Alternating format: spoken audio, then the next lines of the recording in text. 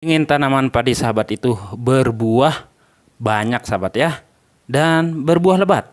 Nah, ini adalah pupuk cair untuk tanaman padi di fase generatif atau di fase pembuahan.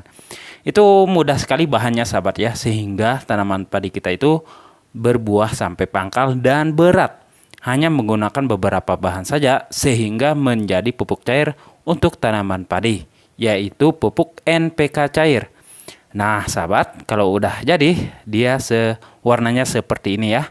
Ini bagus sekali untuk fase semenjak mengeluarkan melai atau semenjak tanaman itu mulai mengeluarkan atau mulai bunting gitu maksudnya, sehingga mengeluarkan melai kita spray sehingga pertumbuhannya itu akan cepat sekali sahabat ya. Nah, untuk bahan-bahan yang kita gunakan sebagai pupuk cair untuk tanaman padi sahabat ya. Nah, ini dia. Pertama, sekarang kita siapkan dua bahan dulu ini saja ya.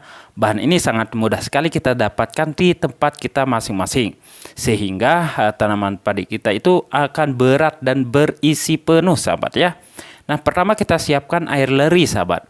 Nah, air leri di sini kurang lebih itu setengah liter. Untuk sahabat ya, ini untuk ukuran satu gendongan semprotan biar hasilnya itu lebih maksimal. Nah, air leri kita ambil itu ketika banyak yang bertanya apa sih itu air leri? Air leri itu adalah air cucian beras.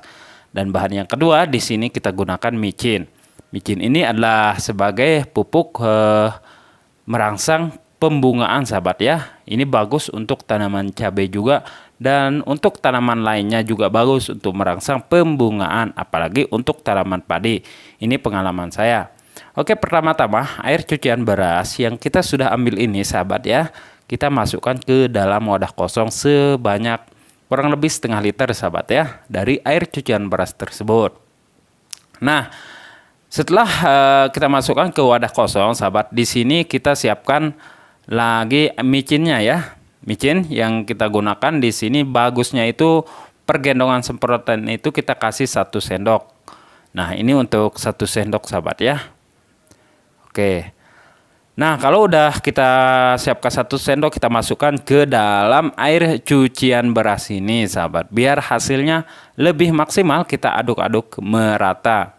Pastikan micin itu sampai mencair bersama atau menyatu sama air cucian beras tersebut.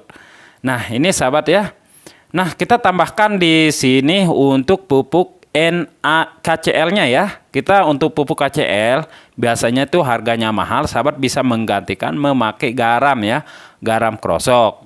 Nah, ini adalah pupuk dari garam krosok. Garam krosok ini bagus banget untuk pupuk agar bulir-bulir kita itu menjadi bernas dan terisi penuh. Kita pakai sedikit aja untuk pergendongan semprotan. Atau sahabat bisa menggunakan 2 sendok sahabat ya untuk garam tersebut. Nah, ini untuk ukuran cabai sahabat bisa menggunakan setengah sendok saja ya. Tapi untuk cabai itu penyepraiannya itu ntar kita sekali spray itu ya sahabat, jangan terlalu sering kalau menggunakan garam krosok. Itu sangat berbahaya bagi tanaman cabai. Nah sahabat, setelah ini kita masukkan NPK ya. Itu NPK 16 16 16. Sebanyak kurang lebih kita masukkan 1 sendok. Atau untuk kalau sahabat bisa campurkan ke gendongan semprotan, sahabat langsung bisa menggunakan 3 sendok juga nggak ada masalah. Ini di sini hanya sebagai contoh aja. Nah, setelah kita campurkan sampai mencair seperti ini sahabat. Nah, setelah ini sahabat, baru di sini kita ntar akan campurkan, kita masukkan ke dalam botol sahabat ya.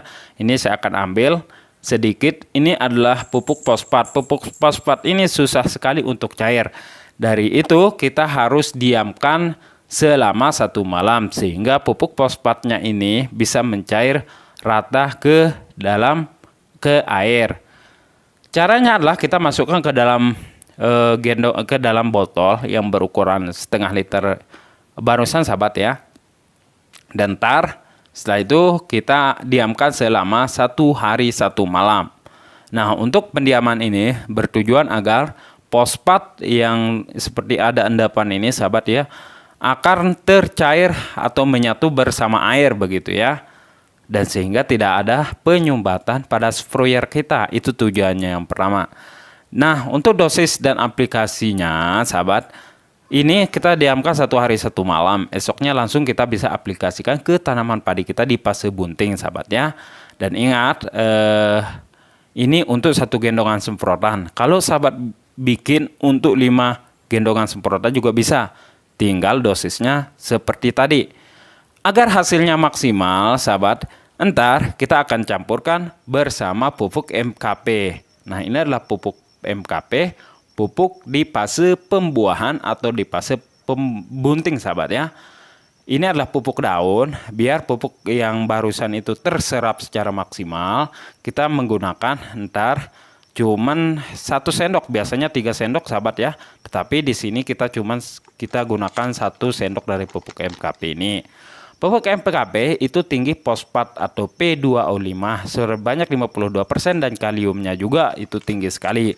Dan ntar kita gunakan di sini hanya cukup 1 sendok ketika kita campurkan bersama pupuk bikinan sendiri itu. Tapi untuk dosis umumnya ini sampai 3-4 sendok per gendongan semprotan. Nah, karena dari pupuk ini kita ada campuran dari pupuk yang kita bikin, kita cukup pakai sendok saja udah cukup sahabat ya. Nah, biar hasilnya maksimal dari pupuk tersebut, sahabat bisa tambahkan pupuk dari boron, sahabat ya. Nah, sahabat, boron ini adalah mempercepat laju fotosintesis pada tanaman kita. Boron ini sangat dibutuhkan oleh semua jenis tanaman, termasuk untuk tanaman padi, sahabat ya. Tetapi dosisnya lebih rendah dari pupuk seperti nitrogen, fosfat, dan juga kalium. Nah, yaitu unsur hara makronya itu lebih tinggi dan mikronya ini lebih sedikit sahabat ya. Di sini mengandung unsur boron, magnesium, dan lain sebagainya sahabat ya. Nah, sahabat bisa lihat ini namanya pupuk boron. Dan sahabat bisa cari di toko-toko pertanian. Di sini ada komposisinya seperti boron, magnesium, nitrogen, kalsium, sulfur, mangan, mikro lainnya. Nah, dan juga ada zat besinya dan mineral zat besinya. Dan ada zinknya dan lain sebagainya. Dan untuk pupuk MKP itu, untuk boron ini juga kita cukup pakai 1 sendok sudah cukup sahabat ya. Nah, biar hasilnya lebih maksimal dari penyepraian pupuk daun kita, yaitu pupuk cair untuk tanaman padi.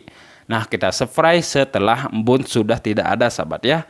Ingat, penyepraian ini kita lakukan sampai 3-4 kali penyepraian sampai benar-benar tanaman padi kita itu sudah mengeluarkan malai serempak. Baru kita selesaikan penyepraian agar hasilnya lebih maksimal sahabat.